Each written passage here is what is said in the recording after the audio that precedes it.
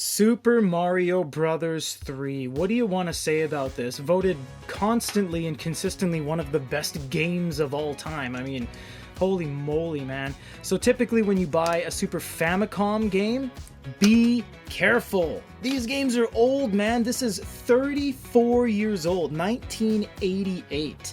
And in fact, we in North America didn't even see Super Mario Bros. 3 until 1990 because of all the chip shortages and stuff like that.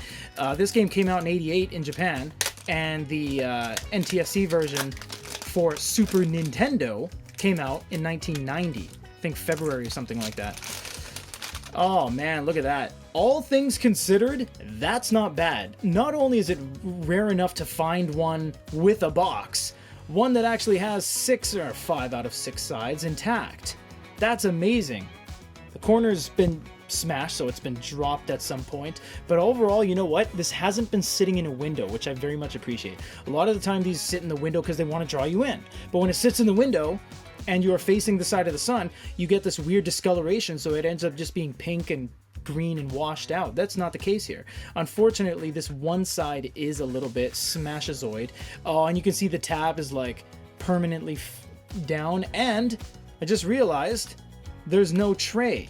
But worry not, because what you can always do, which I mentioned in a bunch of other episodes, because people always ask me, is you can buy junk games like this for $1. It doesn't matter, pachinko or this weird Edo period fighting war tactical game that no one cares about. Why you would buy them is for the things like trays and stuff like that. So for example, this one doesn't come with a tray.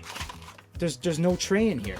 So it's not all lost, because I do have the manual, which is fantastic. And for 34-year-old paper, that's not bad. I'll go over that in a second. So what I'm going to do is just get a Famicom, I don't know, Golf, or like, what's a really crap Famicom game? Yeah, probably Golf, or like, I know they have like some Mahjong, some MJ games, where you can just get the box for like, 300 yen, which is like $3, just for the tray.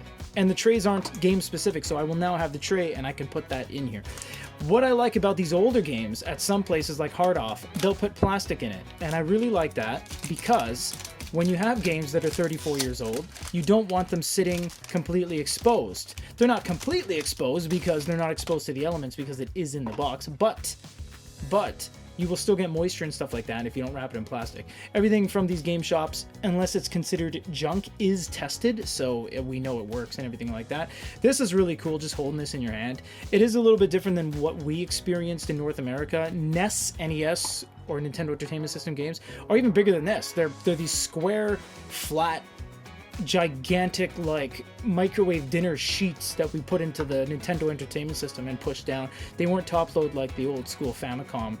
And yeah, this is really cool. This is more indicative of the Super Nintendo games that we got, because the Super Nintendo games in North America are square like this, but the Famicom games in Japan are actually rounded. And I have one right here to show you.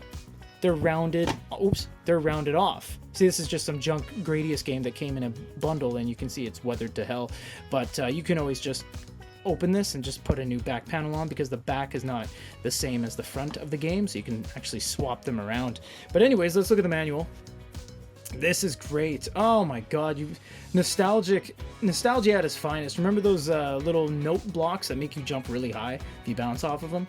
Frog Mario. I think this is when Tanuki Mario was, or they're all like new, when they're all introduced in 3. You don't get player's guides, manuals anymore, instruction guides. You buy new games for the Switch, you open them up, and the inside of the case isn't even like double printed, it's just white with the game card, and you're just like, why am I buying the physical games? And it's not like, oh, we're only selling digital because it's better for the environment, because you're still selling the physical games. It is better for the environment to some degree, but you can't resell it. This is the back of the box. Absolutely amazing. Old school game, man. This is Mario 3. This is like what a lot of us...